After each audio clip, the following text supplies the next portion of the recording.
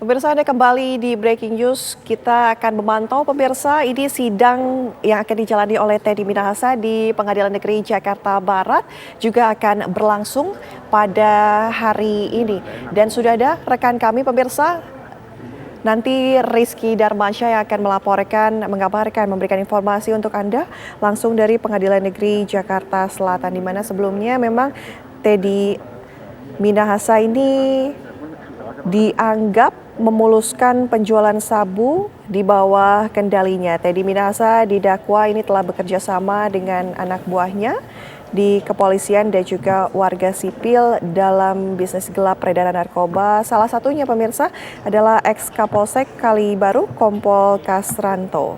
Di mana kalau kita lihat pemirsa ini, Kompol Kasranto sendiri diketahui mendapatkan sabu dari terdakwa lain bernama Linda Puji Astuti yang kemarin juga sudah menjadi saksi mahkota untuk satu sama lain. Kita akan terus pemirsa memantau sidang narkoba Teddy Minahasa yang berlangsung dari Pengadilan Negeri Jakarta Barat.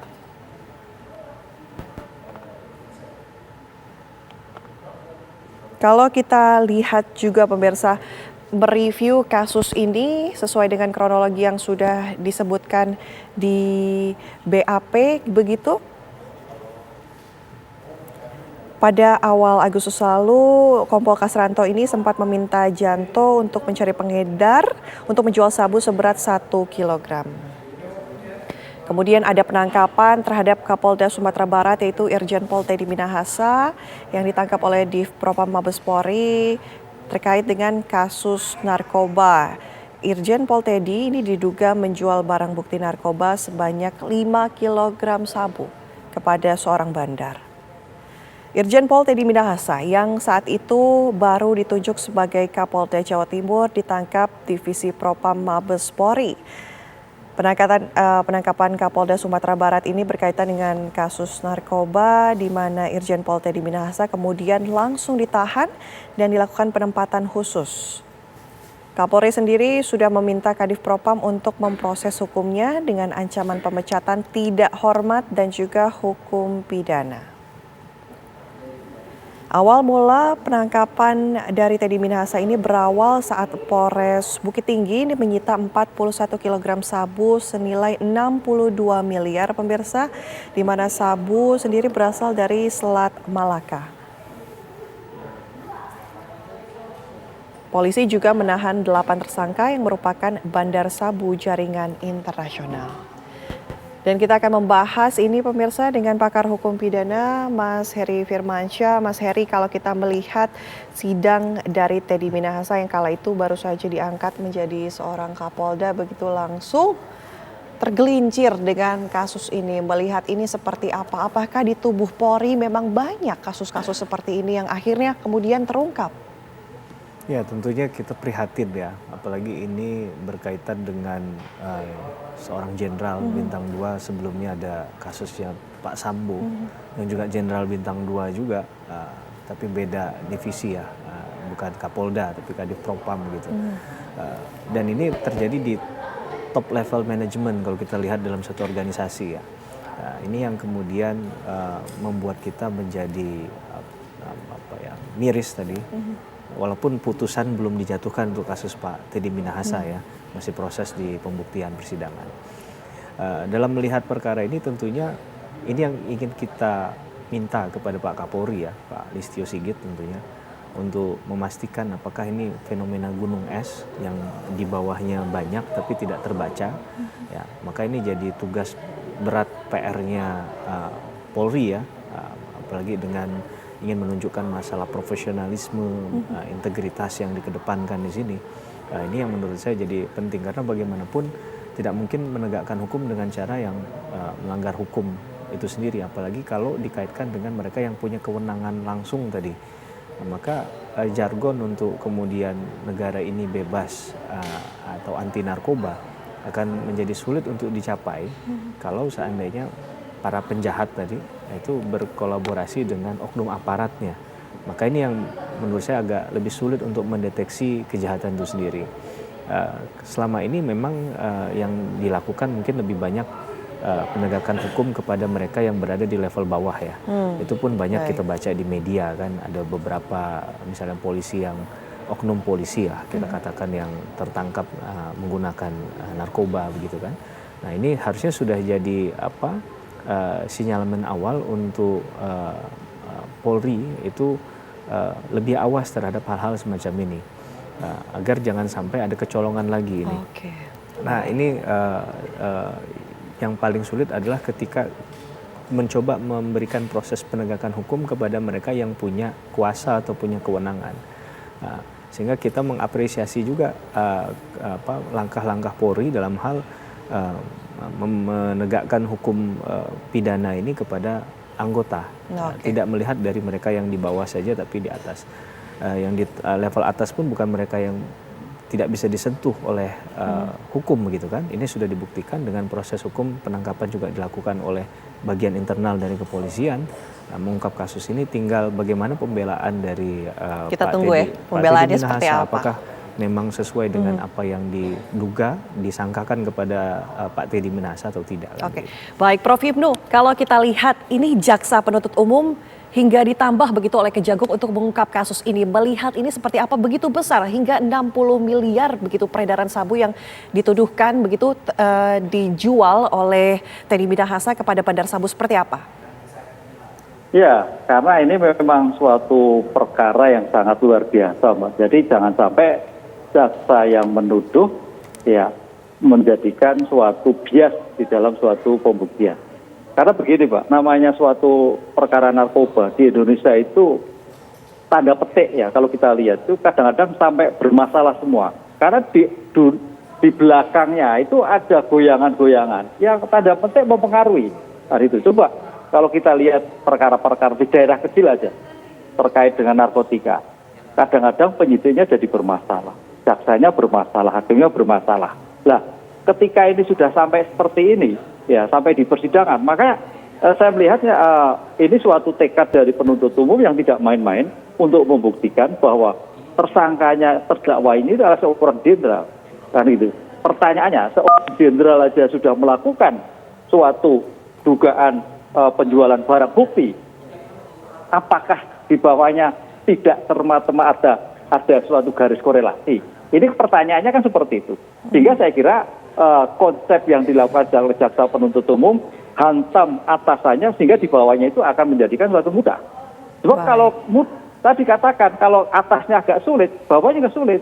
Kita dulu selesaikan atasnya dulu, tingkat-tingkatan pada bintang-bintang itu diselesaikan permasalahan narkotika sehingga mudah. Karena apa, Mbak? Narkotika di Indonesia itu makmur sekali, menjadikan suatu yang luar biasa. LP narkotika 70% adalah narkotika. Ini ada suatu yang salah, Sehingga bagaimana terjadi seperti ini?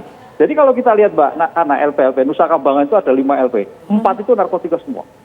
Di daerah Jawa Tengah 70% narkotika. Loh, gimana? Pemberantasan gimana? Nah ini sekarang kebetulan ketemu seorang jenderal. Oleh karena itu mudah-mudahan dengan kasus ini bisa mematahkan, mencegah kepada oknum-oknum yang berpotensi di bawahnya untuk terhindar. Baik. Itu Mbak, saya melihatnya seperti itu. Baik, ya. Prof. Hipnu dan juga Mas Heri, kita akan langsung menuju ke Pengadilan Negeri Jakarta Barat. Sudah ada rekan kami, Rizky Darmansyah, yang akan memberikan informasi mengenai persidangan hari ini.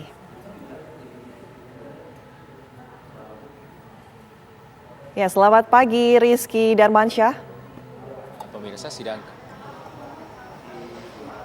Rizky. Ya, pagi Anatelita dan juga pemirsa sidang kasus narkoba yang melibatkan mantan Kapolda Sumatera Barat Irjen Teddy Minahasa ini kembali digelar di Pengadilan Negeri Jakarta Barat. Informasinya, sidang akan dimulai pada pukul 10 waktu Indonesia Barat, namun saat ini memang kami pantau sidang belum dimulai. Namun demikian ruang sidang sudah dibuka, terpantau penasihat hukum dari terdakwa Teddy Minahasa yaitu Hotman Paris Hutapea bersama timnya juga sudah hadir. Jaksa penuntut umum juga sudah hadir di ruang sidang utama Pengadilan Negeri Jakarta Selatan, tinggal menunggu majelis hakim datang untuk dimulainya sidang pada hari ini. Nah, memang kita ketahui bahwa agenda sidang pada hari ini adalah pemeriksaan saksi. Ada 2 saksi yang dihadirkan, yaitu Kompol Kasranto mantan Kapolsek Kalibaru Tanjung Priok Jakarta Utara, dan juga Syamsul Ma'arif, di mana kedua saksi ini juga statusnya sebagai terdakwa dalam kasus yang sama, yaitu kasus narkoba yang melibatkan mantan Kapolda Sumatera Barat Teddy Minahasa.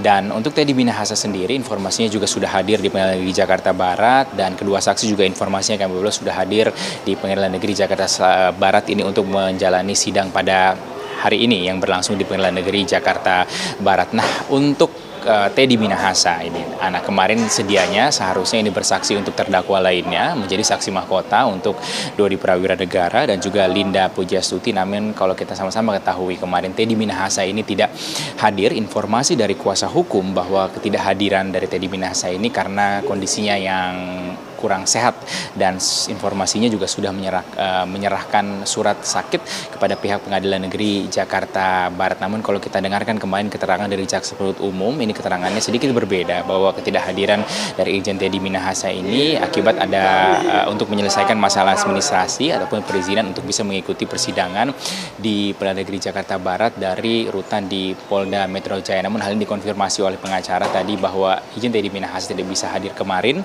karena kondisinya yang sakit, namun dikonfirmasi kembali hari ini akan hadir untuk menjalani sidang sebagai terdakwa dengan agenda pemeriksaan saksi. Nah, salah satu saksi akan memberikan keterangan dalam sidang terdakwa Teddy Minahasa adalah Kompol Kasranto, mantan Kapolsek Kalibaru Jakarta Utara. Kemarin juga sudah memberikan keterangan, diperiksa juga sebagai saksi mahkota untuk terdakwa lainnya, yaitu Dodi Prawira Negara dan juga Linda Pujastuti. Ada beberapa hal kemarin kalau kita sampaikan dalam keterangan yang disampaikan oleh Kompol Kasranto. Ia pada intinya menjelaskan bagaimana komunikasi yang ia lakukan dengan Linda Pujastuti yang sudah mendapatkan arahan atau mendapatkan barang sabu 5 kg dari Teddy Minahasa, mantan Kapolda Sumatera Barat, yang ditawarkan begitu kepada Kompol Kasranto. Di awal ia mengatakan bahwa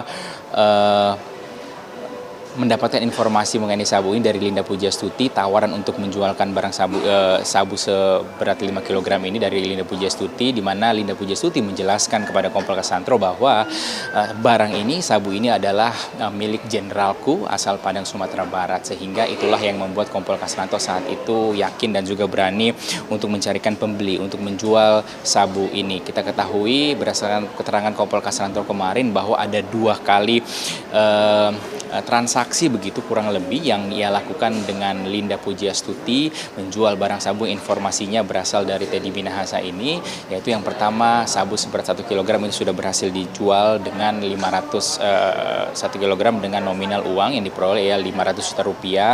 Kemudian ditawarkan kembali 1 kg sabu begitu oleh Linda Pujastuti kepada Kompol Kasranto, namun memang tidak langsung dijual seberat 1 kg, namun dipecah-pecah. Ini Kompol Kasranto juga meminta bantuan kepada bisa dibilang anak buahnya, yaitu Yanto dan juga Ahmad yang juga merupakan anggota polisi yang membantu mencarikan pembeli, tidak menjualnya secara langsung 1 kg, namun membagi-bagi. Ada yang dijual 100 gram, ada yang dijual 200 gram dengan harga yang berbeda-beda per 100 gramnya, ada yang dijual dengan harga 50 juta rupiah, ada juga yang dijual dengan harga 48 juta rupiah. Nah, untuk saksi Kasranto yang akan bersaksi hari ini mendapatkan untung 70 juta rupiah. Kita akan pantau nanti seperti apa jalannya sidang pada hari ini. Kita juga akan dengarkan keterangan-keterangan yang disampaikan oleh saksi untuk terdakwa Teddy Minahasa.